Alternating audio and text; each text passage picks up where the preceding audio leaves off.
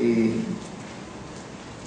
pequeño domicilio que en las noches se transforma y se escucha hasta altas horas de la madrugada el tropel de gente yendo y viniendo, pero sobre todo el ronronear de motos, de mototaxis, ¿no? Y de gritos que no se pueden identificar si son de hombre o de mujer. ¿De qué son? ¿Cierto? O sea, no es de hombre porque el hombre no grita. No es de mujer porque la mujer no grita tanto, salvo excepciones. Entonces, solo alguien que es diferente a un hombre y una mujer puede ser, ¿no? Muy bien, se trata de un antro de esos. Entonces los vecinos obviamente se quejan. No es que sean homofóbicos, no, sino que realmente es insoportable. Y recuerden que esto ocurrió ya en Lima, en Miraflores, ¿no? Con el llamado, ¿cómo se llama? La calle de las pizzas. Eso es lo que pasó en Lima. Entonces, ¿qué hace el alcalde? Después de consultar a sus técnicos, quienes emiten informes técnicos, firma una resolución de clausura. Muy bien. ¿Qué hace el conductor de ese antro? En el primer caso, denuncia al alcalde por abuso de autoridad. De arranque. ¿Qué hicieron en Lima? ¿Denunciaron al alcalde? No. Plantearon una acción de inconstitucionalidad de la ordenanza municipal que ordenaba, que disponía o que regulaba las horas de funcionamiento de esos antros, verdaderos negocios de todo tipo, restaurantes, pubs, discotecas, todo, en ese llamado paseo, calle de las pizzas. Y ellos no estuvieron de acuerdo, presentaron una acción de inconstitucionalidad. Entonces esa es la lógica. O sea, no cualquier decisión de la administración o de la autoridad, del funcionario, puede convertirse automáticamente por la sola falta de aceptación de la decisión de la autoridad en un abuso de autoridad. No, eso es lo que quiso decir la Corte Suprema. ¿Ya? Muy bien. El otro, colusión, señores, ahí está, colusión.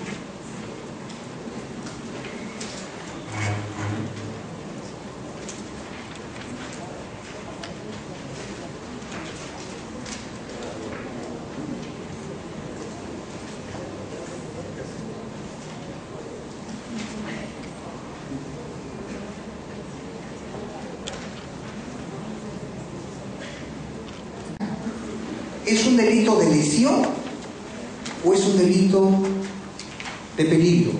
¿Es un delito de resultado o es un delito de simple actividad? En el texto original. El funcionario servidor público que en los contratos, suministros, licitaciones, concursos de precios, subastas o cualquier otra operación semejante en la que intervenga por razón de su cargo o comisión especial defrauda al Estado o entidad u organismo del Estado según ley, concertándose con los interesados en los convenios, ajustes, liquidaciones o suministros, será reprimido, etc. Lo primero, la primera impresión a boca de urna es aburrido el texto. Realmente lo es, ¿verdad? O sea, una de las características, una de las exigencias del principio de legalidad es la taxatividad, pero no en exceso, pues.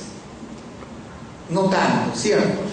En el Código de 1924, la estafa era realmente una poesía. O sea, daba ganas de estafar a la gente cuando uno leía el tipo penal de estafa en el Código Penal de 1924. Era una cosa graciosísima, ¿no? En el Código Penal de 1991 se corrigió con mejor técnica legislativa, sin infringir el principio de legalidad, sin burlar la taxatividad, se apeló a la principal característica de la ley, su generalidad.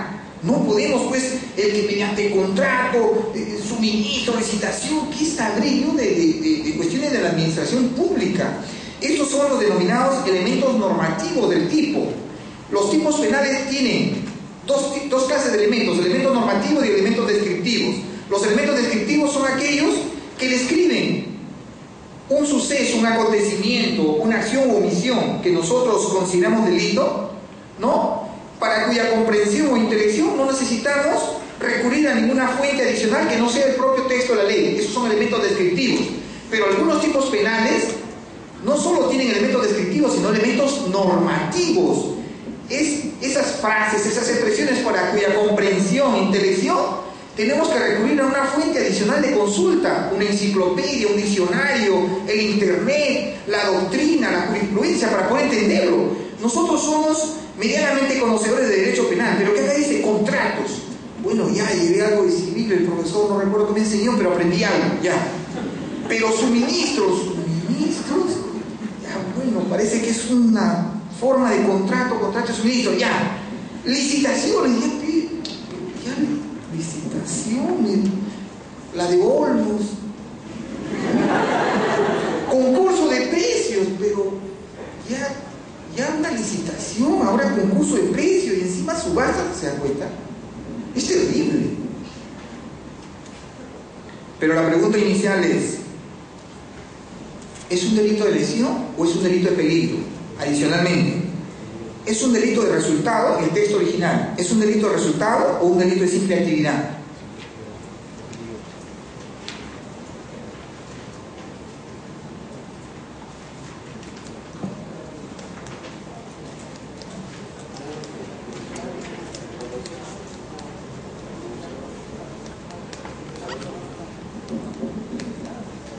La concertación, la colusión, recuerden que se llama colusión, el acuerdo bajo la mesa, la colusión, el contubernio,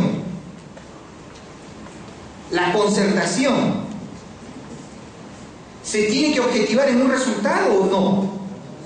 ¿Cuál es el resultado de la colusión, de la concertación, del contubernio, del acuerdo soterrado? ¿Cuál es el resultado? La defraudación, pues señores, este siempre ha sido un delito de resultado, ha sido un delito de lesión. Pero insisto, señores, ustedes, no solo por ser mayoría, sino por ser relativamente jóvenes, muy jóvenes, pueden entender esto, porque están conociendo algo de teoría del derecho. Pero quienes ya tranquilan los años como yo y no se preocuparon por averiguar algo sobre esto, no lo entienden. E irónicamente, aun cuando la redacción, la presentación, la secuencia lógica de este tipo nos lleva desde una concertación, acuerdo, colusión, contubernio, acuerdo bajo la mesa, a un resultado que es la defraudación, entendieron que este era un tipo de simple actividad. ¿Y qué creen? La Corte Suprema, en su propuesta, en su proyecto de ley, sostuvo que este era un tipo de simple actividad. Por eso me hubiese gustado que estuviera acá don Javier. Propuso la Corte Suprema, nuestros vocales de la máxima instancia del Poder Judicial del Perú, en la enmienda normativa que presentaron al Congreso, presentaron un texto refiriendo que este era un delito de simple actividad, que no exigía para su consumación un resultado verificable en la realidad, no exigía una lesión, como la defraudación. Y entendieron que conforme a la naturaleza de los delitos pluriofensivos, colectivos como los delitos contra la administración pública, las barreras del derecho penal retroceden a puntos en los que no es necesario verificar un resultado, una lesión, sino una acción reprobada. Con semejante rollo, ellos interpretaron que este era un delito de simple actividad y lo propusieron en su enmienda. ¿Pero para qué? Para agravar la pena. ¿Y qué hicieron los padres de la patria? Ya chequearon en la primera ley. Hicieron algo que enfadó muchísimo a Rosa María Palacios, ¿no? Lo convirtieron, lo convirtieron porque la propuesta de la Corte Suprema fue un delito de simple actividad, lo convirtieron en un delito de resultado, y no cualquier resultado. Aclararon, precisaron que la defraudación era una defraudación patrimonial. Y entonces ustedes en el material que les voy a entregar van a leer cuestionamientos aparentemente serios de ONGs que dicen de que la defraudación nunca fue una defraudación patrimonial. Esta es una invención de los padres de la patria en vísperas de cesar en su función legisladora para atribuirle una característica a la defraudación que hasta ese momento no existía. Señores, la Constitución dice, le referí temprano, que la prescripción se duplica en el caso de los delitos contra el patrimonio del Estado. ¿Cuáles son esos delitos contra el patrimonio del Estado? ¿El abuso de autoridad? No. ¿La corrupción? No. ¿El peculado? ¿La malversación? No. La concusión. Y la colusión es una modalidad de concusión. Ese es uno de los delitos a los que se refiere la Constitución, porque es un delito contra el patrimonio del Estado. Supone que un funcionario penal corrupto, por decirlo de alguna manera, se colude con un contratista, con un proveedor de bienes y servicios, se colude con un proveedor de bienes y servicios. ¿Para qué? Para defraudar patrimonialmente al Estado. La defraudación patrimonial o lo patrimonial respecto a la defraudación es una tautología, porque la defraudación es patrimonial. No es una defraudación en sí mismo, abstracta, etérea, que guarde condicencia o correlación con la naturaleza colectiva de la ofensa a ese bien jurídico llamado administración pública, es el puro floro. Es una defraudación patrimonial, siempre lo ha sido, pero en concepto de la Corte Suprema para una lucha más eficaz contra la corrupción. En los casos en que no se pudiera probar dicha defraudación patrimonial, bastaría comprobar la colusión como requisito suficiente para sancionar al funcionario. Pero por favor, ahora resulta que el derecho procesal penal nos fija la agenda, porque no se puede probar la defraudación patrimonial, casi nunca se puede probar la defraudación patrimonial. Entonces, ante esa triste realidad, bastará no con verificar aquello que no se puede verificar, la defraudación patrimonial, sino solo la colusión, el acuerdo colusorio, la concertación. Eso no puede ser. El derecho procesal penal no hace sino servir a su majestad el rey, el derecho penal. Le provee simplemente un mecanismo que es el proceso para que sus designios se hagan realidad en la pena, en el sujeto del derecho penal, pero no para que le fije la agenda o para que defina qué es delito o qué no es delito. Y entonces, ¿qué hizo el padre de la patria acá? Lo dijo en voz alta, ¿no? Entonces, aburrido por tanto texto, simplemente resumió, ¿no? El funcionario servidor público que interviniendo por razón de su cargo, lo aclaró. Definitivamente, esto me recuerda al Código Penal de 1924. Ustedes revisen su Código Penal de 1924 en los tiempos en que el dolo no se tenía claro qué cosa era el dolo. Belzel y el finalismo son de 1930 a 1936, pero nuestro Código Penal es de 1924. Ya se gestaba esta nueva corriente del derecho que es el finalismo, pero estábamos todavía en pleno auge del causalismo.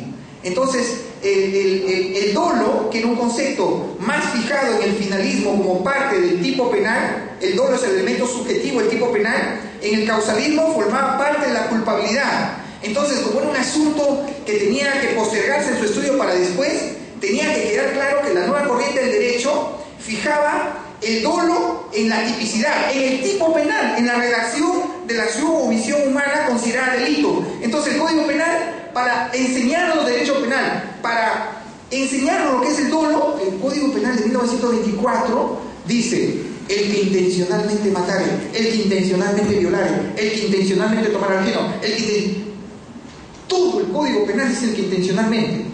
aburre. Entonces, acá también es que tiene que ser así. Cuando no entienden, hay que hacerlo entender por la fuerza. Esta norma también pretende hacerlos entender por la fuerza algo que no queda claro. El abuso de autoridad, como les decía, no es cualquier acción abusiva de la autoridad, sino es la acción abusiva de la autoridad en el ejercicio de su cargo. La colusión supone un abuso de autoridad, lo que les decía temprano. Es una específica forma de abuso de autoridad que supone abusar en el ejercicio del cargo. Todos los delitos contra la administración pública tienen que partir por esa esencia, que supongan siempre el ejercicio de un cargo y con motivo del ejercicio de un cargo extralimitarse en él, abusando, decidiendo, resolviendo, ordenando. Todos los delitos contra la administración pública suponen un abuso de cargo o función, y nos lo recuerda la redacción de la ley 29.703, porque no está en el texto original.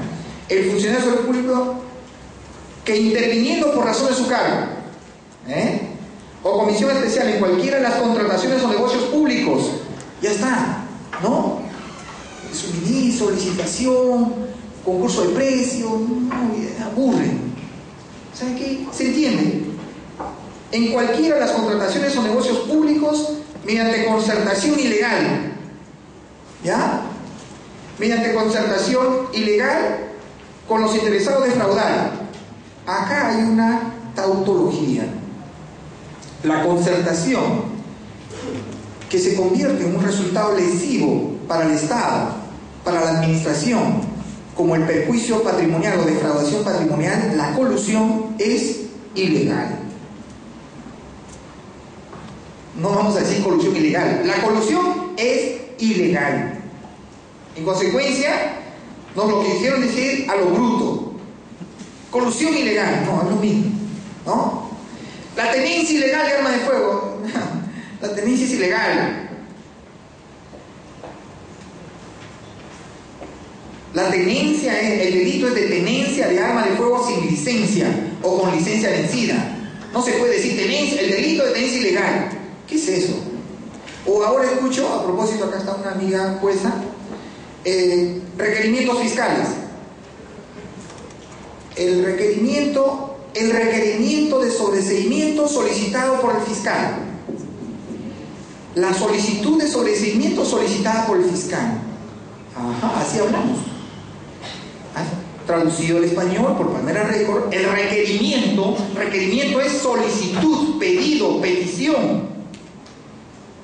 No se puede decir la petición de sobreseimiento solicitada o pedida, para hablar así, la solicitud de sobreseimiento solicitada por el Ministerio Público. Por favor, no se puede decir la colusión ilegal. La colusión es ilegal. Pero para que no nos olvidemos, ¿no? Con los interesados defraudar patrimonialmente. Acá, eso sí que le dolió a Javier Villesté, porque ellos enviaron en su proyecto de ley un delito de simple actividad que se consumaba, no se consumaba con un resultado verificable como la defraudación patrimonial. Bastaba solo verificar la colusión, sin importar si ésta terminaba siendo un perjuicio para el Estado o causaba una defraudación al Estado. Bastaba con verificar la colusión. Y entonces los padres de la patria se dieron cuenta que ese texto no pasaba como Brahma, no pasó. Y lo observaron, me parece bien, ¿cierto? Pero ¿qué hizo la nueva ley? ¿Han visto lo que hizo la nueva ley? La vigente, la última, la ultimita. Miren lo que ha hecho el padre de la patria. Arrepentido, ¿no? Con el rabo entre las piernas. Esto lo están grabando, ¿no? Tengo que mandar a editar esto porque va a ser terrible. El funcionario servidor público, la ley vigente, el funcionario servidor público que interviniendo directa o indirectamente por razón de su cargo, hasta ahí está bien, indirectamente, bueno, en cualquier etapa de las modalidades de adquisición o contratación pública de bienes, obras o servicios, concesiones o cualquier operación, etc. Acá hubo una observación. porque Rosa María Palacios y los detractores del texto anterior dijeron: allí es un texto tan efímero que parece solo referirse, hablando de contratación con el Estado, a la parte, ¿ya?, de la ejecución del contrato, pero no parece referirse a la parte de preparación del contrato, a la parte de celebración del contrato. Entonces, la nueva ley, para que no quepa duda de lo que está diciendo y después no vaya a decir un funcionario que su responsabilidad es administrativa, sino solo, perdón, no es penal, sino solo administrativa, este texto, bueno, para los incrédulos, para que los que no están acostumbrados a entenderlo mejor, refiere que la colusión puede producirse en la etapa de preparación del contrato, de celebración del contrato o de ejecución del contrato. Eso es lo que está diciendo, una técnica legislativa necesaria para que se pueda entender y después no se cometan hierros e interpretaciones desviadas, ¿no? Pero dice: concesiones o cualquier operación a cargo del Estado concerta con los interesados para defraudar al Estado. Es un elemento subjetivo de trascendencia interna. Miren, acá no está definiendo ya un delito de lesión, el nuevo artículo. No está definiendo en la primera parte un delito de lesión, está definiendo un delito de simple actividad. Ahí sí está diciendo: el que se colude, el que concerta para defraudar. No está exigiendo como elemento objetivo del tipo la defraudación del Estado, sino la posibilidad de que se defraude al Estado. Entonces es un delito de peligro y un delito de simple actividad.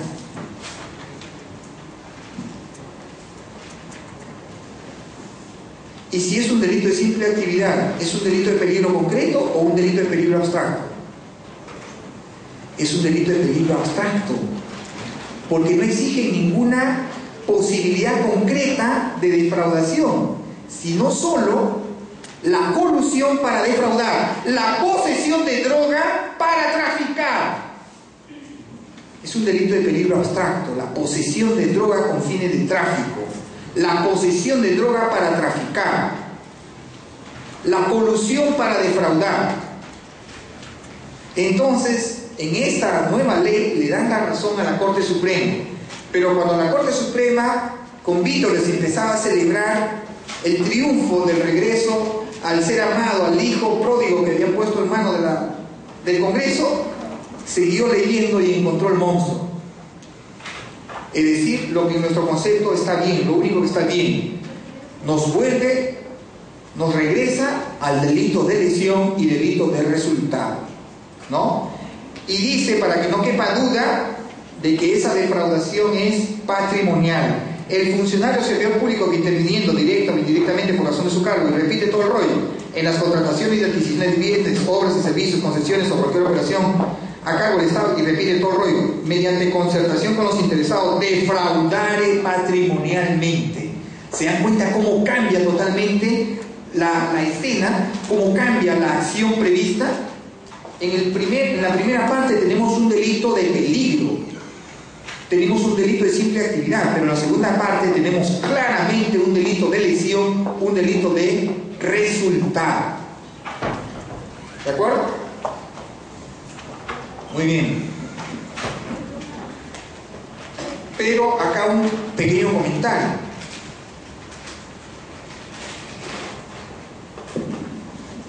Inevitable comentario. Lo otro va a ser ya más fácil. Como cuando uno se declara, ¿no? La primera vez se le traba hasta la lengua, ¿no? Pero después ya el floro sale solo.